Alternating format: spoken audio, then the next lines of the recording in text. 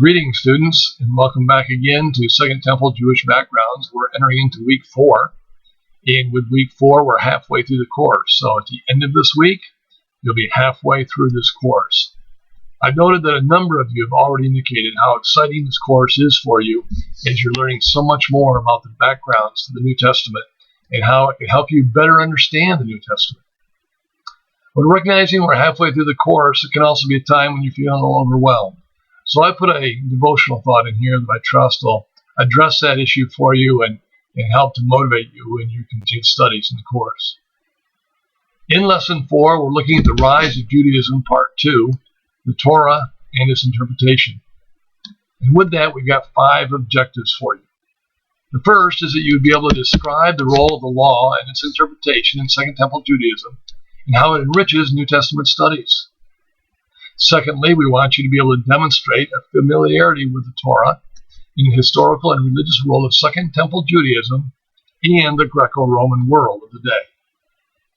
Third, you'll be able to highlight aspects in the life of Jesus in light of a religious and cultural understanding of Torah.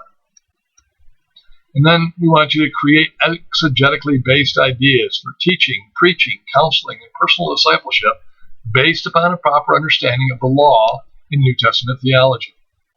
And finally, we want you to reflect on ways to properly integrate academic Bible study and Christian devotion. These two things ought to be complementary, not adversarial. In your reading this week, you've got reading in Ferguson, Scott, Strauss, Clowens, Elwell, and Yarbrough, as well as readings from Matthew and Mark. Be sure to get your reading done as early in the week as you can, so you've got that under your belt and as background for doing your assignments and discussion board.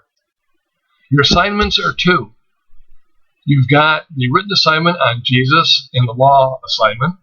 Be sure to do it according to MLA writing style standards. Include a heading on your paper according to MLA requirements. And if you cite sources, be sure to include a bibliography. Your discussion board is here. Be sure to read down through it carefully and respond to it appropriately. Now also, on this matter of the discussion board, be sure to cite sources to support what you say in your post.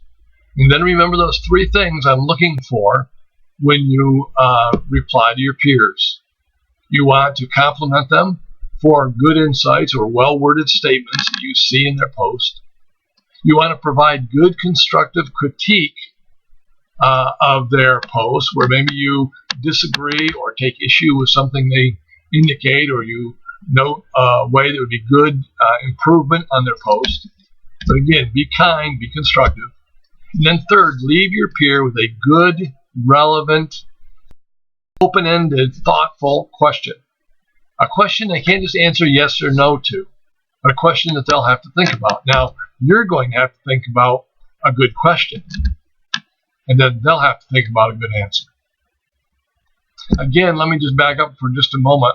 In your initial post to the discussion board, be sure to be substantive. Be sure to cite scripture and your textbooks.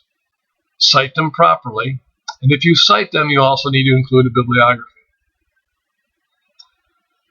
Well, that's pretty much it. Remember, you want to have your initial post to the discussion board done by midnight on Friday. And then between midnight Friday and midnight Monday, you want to reply to at least 2 of your peers. And remember, again, those 3 items I mentioned that you want to be sure to include in your replies. Well, I trust it'll be another exciting week of study for you in Second Temple Jewish Backgrounds. God bless you.